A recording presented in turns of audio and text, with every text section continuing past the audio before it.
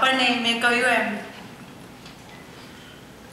નરસિંહની જેમ અંતરનાથ સુધી લઈ જશે એમાં કોઈ શક નથી।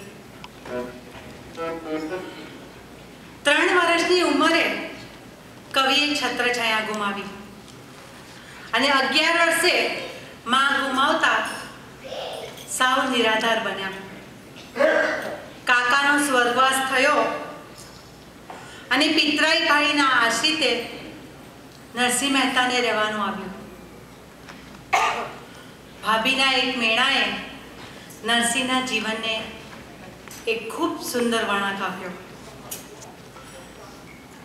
અને વિશ્વને એક કવિ અને સાહિત્યકાર પીરસી દીધો।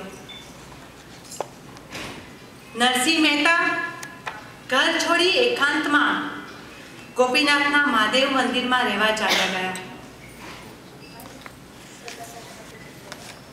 નરસિંહ એકલા હતા। એમણે પોતાની જાતને સ્વયં શંકરના શરણે સમર્પણ કરી દીધી। જીવ થકી શિવમાં નરસિંહ હવે સમાઈ ગયા। ત્યાં ઉપાસના કરવાથી મહાદેવજી પ્રગટ થયા।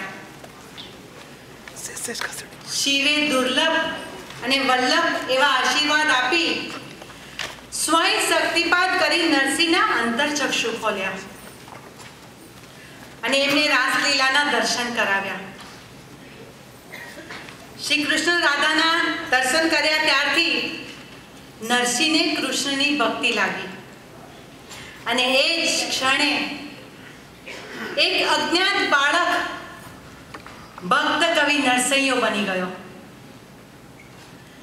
જીવ અને શિવ અલગ નથી એનું જ્ઞાન થતા અનેક પોથીઓ જાણે આપોઆપ ખુલી ગઈ। એક દિવ્ય અનુભૂતિ થઈ। વેદ અને ઉપનિષદની શ્રુતિઓનું જ્ઞાન જાણે થવા માંડ્યું। પોતાની અનુભૂતિઓને એમણે શબ્દના માધ્યમ દ્વારા વહેતી કરી। હવે પ્રેમ નીતરતા ભક્તિના કાવ્યોમાં અગાધ ઊંડું વેદાંત સબર જ્ઞાન પણ ઉભરાયું। જાણે જ્ઞાન અને ભક્તિ એના પદમાં હાથમાં હાથ મિલાવીને પ્રેમના પંથે પગલાં લેવા માંડી। નરસિંહની ભક્તિમાં જ્ઞાન પ્રવેશતા બ્રહ્મ એક જ છે એ નરસિંહને અનુભૂતિ થઈ। શબ્દો સર્જાયા। નરસિંહ કૃષ્ણમાં તલ્લીન થઈને શબ્દ સંધાન રચતા જ ગયા। અક્ષરના માધ્યમથી અંતરના નાદ તરફ નરસિંહ ખેંચાતા ગયા। શબ્દ સુર અને જ્ઞાનની ભળતા નરસિંહનું આ અમર સાહિત્યનું સર્જન થયું। પચેલા આત્મજ્ઞાનના ઓળકાર સમી આ રચના નરસિંહે જગતને પીરસી।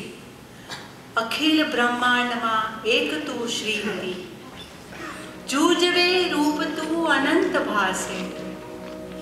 દેહમાં દેહ, તેજમાં તત્વ તું, શૂન્યમાં શબ્દ થઈ વેદ ભાસે। અખિલ બ્રહ્માંડમાં એક તું શ્રીમતી।